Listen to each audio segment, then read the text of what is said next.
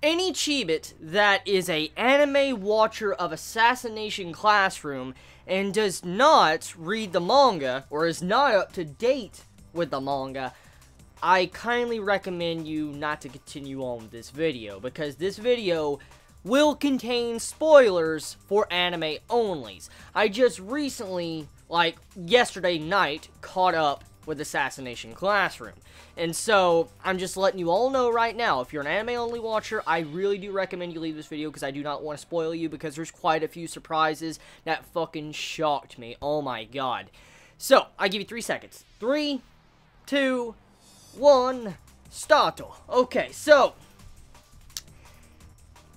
I just caught up, like, last night, and this ride of Assassination Classroom, my god. Okay, so, I'm officially caught up. I'm officially caught up with the manga. Like, I'm completely caught up. I read chapter 142. I am up to date. I did a little bit of research afterwards on, Assassination Classroom. I went back through multiple chapters to look at some foreshadowing for, our little Kayano. The girl that came out of nowhere and says, like, she has tentacles on her head. Like, when I read chapter 128, I'm like, what? Like, I was so shocked. I was shocked. My mind exploded there. So, as soon as I had that chapter, I went to research. I went researching and all sorts of stuff, and then a couple of Chibits linked me some Tumblr posts and stuff also on my Twitter account, and I found out about it. Like, I found out about more of the foreshadowing of Assassination Classroom, and it shocks me. Like, man, the subtle hints at Kayano being the real threat, like the danger in the class. Every time she was like, Nagisa was mentioned from Shiro, I always thought it was, Nagisa, because he was the main focus on the panels. Kind of find out the person in the background of all those panels, Kayano is in the background. So, well played, mangaka of Assassination Classroom, well played. That is really sneaky, very, very sneaky, because when you start going back to those panels, you start to see tentacles in her hair. You actually see, like, a little snapshot of a tentacle in her hair if you look at certain specific panels of major key scenes. So yeah, that plot twist of Kayano, damn. I'm really happy to see something like that. That's crazy. So that's the foreshadowing Chibits were telling me when I was watching the anime. I remember around episode 4, 5, even earlier than that maybe, I saw a bunch of Chibits telling me that, oh my god, the foreshadowing in Assassination Classroom is crazy right now, you gotta go read the manga, and that's when my interest first peaked, when I wanted to continue reading past the anime, like, just read past the anime and see what the manga is like, and now I'm here. So, I know a bunch of Chibits are probably gonna ask, like, am I going to review this weekly? That is probably a question I know a majority of you probably have already asked before you got to this point of this video. I want to. I want to review it weekly. If I'm correct, Assassination Classroom comes out on Friday. Friday, Saturday, Thursday. It's somewhere around those days it always gets translated. I most likely will review it weekly. Because if it continues what it's been doing for these past 35 plus chapters I've read, oh yeah. I'm definitely going to review Assassination Classroom. Because I have to say, the 35 chapters, like, from the chapter that we're at right now, chapter 142, all the way back, like, 35, or even after chapter 100, probably right when chapter 100 starts, Assassination Classroom has been on point. It has been on point with its storytelling, and it's just, wow. When you see the slow build-up of some of these things, when it comes to, like, God, the God of Death, to, Koro-sensei, to Kayano, to Shiro, the final assassination, all this build up to Koro-sensei's identity, to the principal of the school. I mean, there's just so many different elements that has happened that it shook the very foundations of what I thought about Assassination Classroom. I couldn't believe when we finally saw his past. So, I'm going to dive in and start talking about it. Now, I'm not going to go dive in, like, talk about every individual fucking chapter. I'm not going to do that, because there's just like, whoa, way too much. That would take hours upon hours to just dive in. So, I want to talk about the points that really just stood out for me when I was actually reading Assassination Classroom. Mainly, my points are going to be after, the reveal of Koro-sensei to the reveal of Kayano and, the God of Death, the student of the God of Death's introduction. That's kind of where my main points of discussion are going to be in when it comes to this video. So just letting you know, that's probably the main topics I want to talk about. So, to start at the beginning, the disciple of the god of death, or the god of death, or the new god of death. His design, man, like, his face, like, he ripped off his damn face, and you see, like, the skeleton. Oh my god, that's creepy, man. I really wonder how they're going to show that on Assassination Classroom's anime without censoring it, because stuff like that, they would probably censor. I mean, there's a lot of violence, unexpected violence, in Assassination Classroom, and I know for a fact it's probably going to censor some of it. And I wonder just how they're going to actually take that, in what direction. But the anime has been pretty damn good, actually. Oh my god, I love the fucking anime. It's so good. It's got a season 2 coming, so I can't wait to see some of these points anime, because it's going to be damn epic. Like, Koro-sensei, oh my god, dude. Koro-sensei in the God of Death arc, when, you know, we found out about the disciple. Well, we didn't know he was a disciple at that moment, but you know what I'm talking about. That arc, dude, like, the build-up in that arc with the setup of Koro-sensei's past, man, I couldn't believe that. Like, it makes so much sense now after looking at that arc and in previous arcs, and then looking at the arc that just ended in Assassination Classroom with the past of Koro-sensei. It makes so much more sense now when you think about all the different things that happened throughout the entire series, because I remember when I watched Assassination Classroom, I think it was episode 1 and episode 2, I made some theories. I was anime only at the time. I made some theories. I'm like, it's obvious that Koro-sensei, there's something else going on here, because he doesn't seem to be that evil. And the way he goes out of his way to protect his students, it just doesn't make a lot of sense. It doesn't make a lick of sense for a dude to destroy the entire planet, and he destroyed the moon. There's always been a lot of suspicions, but it always came down to that moon subject with, you know, he destroyed it. So what's going on here? And as, you know, the God of Death arc continued on, getting these little hints and build up, you know, along with Koro-sensei beating the shit out of the God of Death. Oh my god, that was epic. That was so epic, man. Oh my god, that was epic. But just seeing how Koro-sensei was able to know the different moves and patterns of how the God of Death operated, it makes a lot more sense now. It really does. Because in the arc, there was a situation where Koro-sensei got into a pickle, where he was about to fucking die. You had to where the God of Death pulls out this, like, mini revolver gun through his finger, and he shoots Koro-sensei in the heart, and it should have killed him. Like, that's an insta-KO death. And that's, like, the God of Death's signature death move. Like, its finisher. And Koro-sensei knew about that technique and saved Koro-sensei. And at that time, we didn't know about, you know, Koro-sensei's identity or anything. And at first, I'm like, okay, it's Koro-sensei. He's just, you know, incredibly intelligent. I didn't think much of it. And when we find out the backstory, it makes a lot more sense now how he knew about that technique and how he was able to save Koro-sensei, because of he was the one that taught his disciple that. And then also we get to see Koro-sensei do stuff like that. He actually shoots at the scientist when he's getting experimented on. So let's back up, okay? Let's, you know, start with the arc. I'm getting a little bit further into the discussion I would like to be. So, to see how Koro-sensei, he knew about that, it started hinting at different things that just raised a lot of questions. And I was waiting until I got to the flashback to where I found out about Koro-sensei's past until I made my actual judgment on that scene, because I didn't really know how to feel about that. I really didn't, how Koro-sensei was able to defend him like that. It was just very, it was awesome, it's fucking epic, but I was like, I don't know how I feel about that. How, you know, Koro-sensei instantly just keyed in on the God of Death's signature move. And so to see that, I'm glad it got explained and got cleared up in the recent chapters. So, one thing, though, that really threw me for a loop, it was finding out the true meaning of the Assassination Classroom. Koro-sensei, what changed him, why he is like he is, and the true meaning of the series. Like, the entire series just got flipped upon itself. That's what happens in the last 30-something chapters of Assassination Classroom. The entire series' plot just flips on top of itself. You're like, holy crap.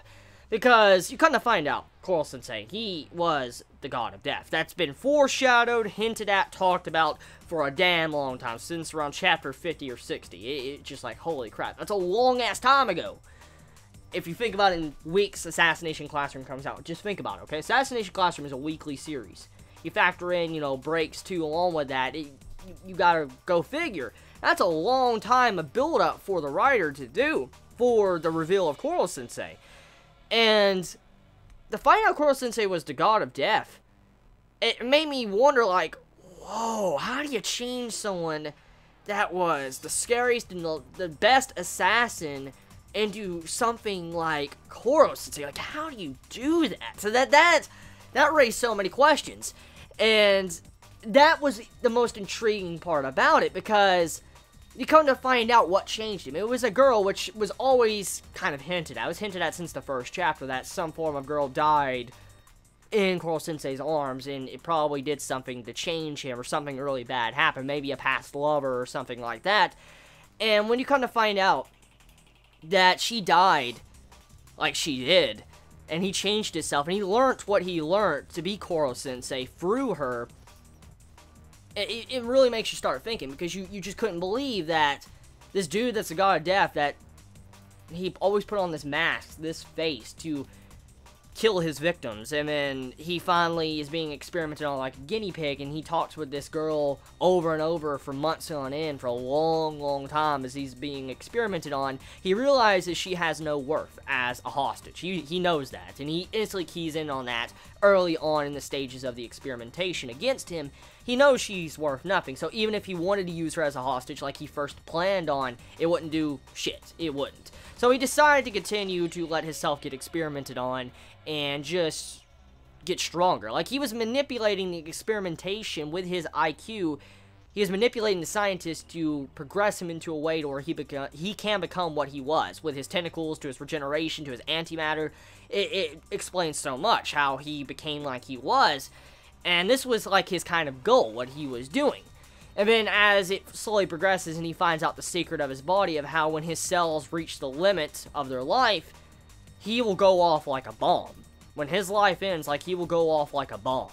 And he will explode. And this leads into the main point of the series that just explains everything. Koro-sensei is set to die in March. In March, the upcoming year, where the students are at. He's set to die in March, regardless of anyone that tries to kill him. For instance, even if they left Koro-sensei alone, and E-Class didn't mess with him, okay, until March, he would die. But Koro-sensei, when his cells reach the maximum span of life, they will explode and die, and turn into a giant-ass antimatter explosion. Worse than an atomic bomb. And what proves this is when a little rat, was being experimented on the moon. Being experimented on the moon, with the exact same thing that was happening with Koro-sensei, with the antimatter, of how they recharge antimatter through the life cycle of cells. When they were experimenting with what would happen if, like, a living creature died while they're going under this cycle of antimatter, what would actually happen if they lived past their life expectancy and died, what would happen to the corpse, the antimatter, and stuff like that? Well, as we know, rats don't live as long as human beings, so it's kind of obvious. Well, the rat died. And as soon as it died from old age, it exploded. This tiny rat, probably that big, just that small, exploded big enough to destroy the moon. As we know from the first episode, or first chapter of Assassination Classroom, the moon is gone. Majority of the moon is destroyed. It wasn't Koro-sensei, but it is necessary, you could say it was Koro-sensei. It's not entirely wrong, because Koro-sensei is going to do the exact same thing to the planet. Not willingly, of course, not willingly, but it will happen if he isn't killed. And it explains quite a bit, actually, after you find out more about Koro-sensei's ideology, the way he thinks, and what goes throughout his entire mind, and why he's wanting to be assassinated. See, the rat exploded, destroyed majority of the moon, and that's exactly what's going to happen with Koro-sensei. If he is not killed before March, before his life expectancy ends, and his cells stop, that's what's going to happen to the planet. The planet's going to just, it's done. It's fucking done. That's what's going to happen to Earth. And so Koro-sensei set up Assassination Classroom to set up these bonds between his students and him, and also help them out through their troubled lives that he has also experienced. See, there was a moment before Chapter 100, there was an arc with the principal where Koro-sensei and the principal had a fight, pretty much. Like, they didn't fist fight, but they had a fight between their students. And you kind of find out the different viewpoints of teaching from Koro-sensei to the principal. you know that the principal, he's very manipulative. Like, he plays mind games with his students. Like, we saw how he is and how he acts and how he treats E-Class. Majority of us know that. And we see the different teachings of Koro-sensei to the principal. You come to find out Koro-sensei makes a very unique observation and says something that really stood out when I first read the chapter. He says teachers become teachers from their viewpoints or what they've experienced through their life, like success or failure. For instance, a teacher will begin to teach because of their success, and then teachers will begin to teach because of their failures. And that instantly foreshadowed what was going on with Koro-sensei. Koro-sensei experienced failure. He was a successful person, but he experienced failure because the very disciple he trained, that was the God of Death, like his God of Death disciple, turned against him, betrayed him, and he didn't know how to think about this. He never factored in betrayal, and that caused him to be experimented on to turn him into what he was. He experienced betrayal and then also experienced failure because of the person he started growing attached to died. And through this experience, he used that experience to teach E-Class not to go down the path he did. Like, he uses his experiences through his life to teach E-Class not to go down a similar path or slightly similar path that he went down, a path of failure, a path of sadness, and, you know, help them overcome the darkness. The only person that could truly help out another and understand who you are as a person is if they've also experienced something very similar to what you have experienced. This is a concept majority of us have probably heard 1 or 2 times in our life, or maybe even more than that. And you can't understand a person without understanding yourself, if you've never been in that situation that they have been in. Koro-sensei has been in some deep shit, and so you can understand walking into that darkness in terrible situations where people die, or, you know, people look down on you, betrayal, stuff like that. He understands that, and that's how he's able to become a teacher to help out his students. But then it also makes more sense when you find out that Koro-sensei's ability to understand assassinations, with E-Class constantly trying to assassinate him, makes a lot more sense now, because he was the God of Death. He was the original God of Death, and that means he was the top of the top assassin. Like, he was one of the best assassins of all time.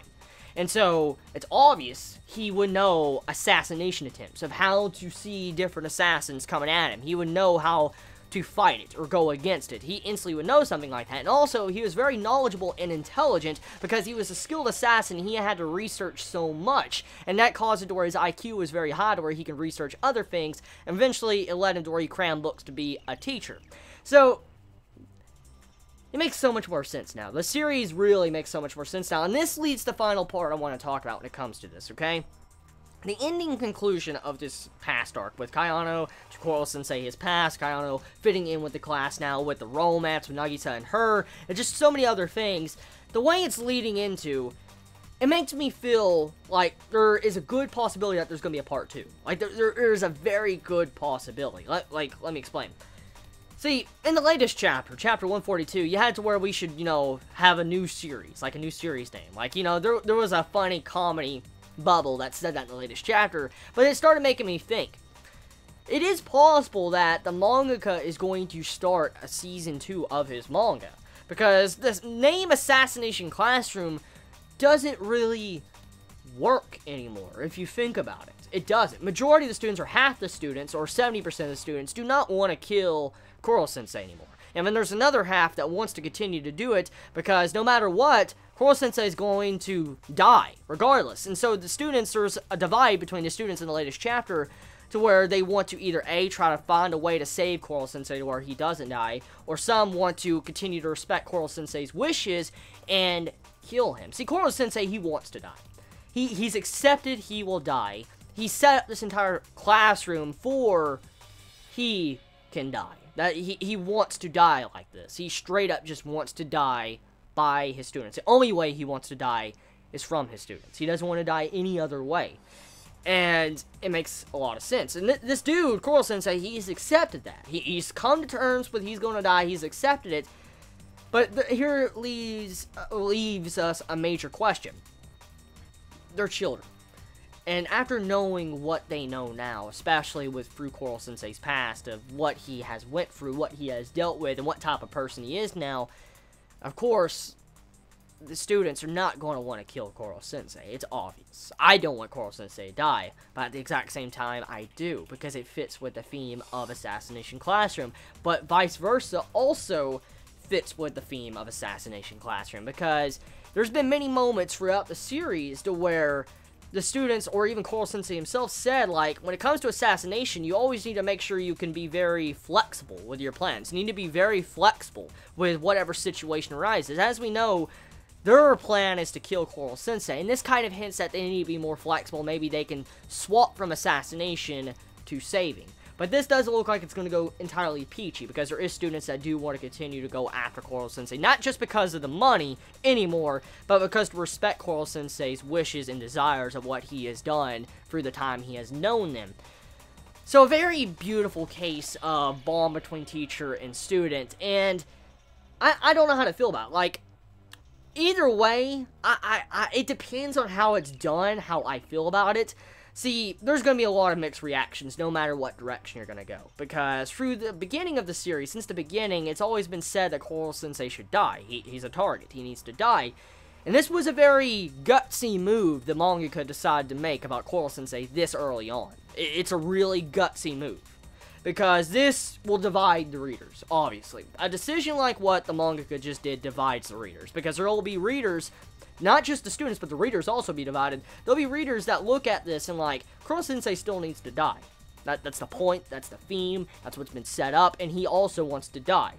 Why would you not want to? And then there's going to be other readers like, after finding out his backstory, do you really want him to die? There's going to be a divide, and this was gutsy. Like I said, very gutsy for the mangaka to do. I just hope he takes it in a proper direction, to where it'll either end very conclusive or a good ending that we all can accept, which I highly doubt. Not every ending, or every single ending that is ever done in any forms of literature, not every 100% person in the world is going to accept that ending. Like, there's always going to be some that do not like that ending, which, understandable. I just hope the mangaka does a good job with it. And judging by the pacing, or the setup with Assassination Classroom, it's obvious Assassination Classroom is going to end very soon. Like, not just end in maybe 2 years from now, but it's a very good possibility Assassination Classroom could end this year. Like, it's a very good possibility. Because with the setup it has now and the pacing of Assassination Classroom, it's possible another good 20, 30 chapters, it's done. Yeah, it can end that soon. It really could. Look at the pacing of the arcs, and you can instantly see it. Majority of arcs only last 5 to 6 chapters. 7 at the maximum. At the max. So if you think about that, yeah, it's a very good possibility, unless the mangaka decides a part 2, which, very good possibility. So that's it. That's my discussion. See you all for chapter 143. It's been very fun reading this series. You all, I love you. Please be safe. Chibi out.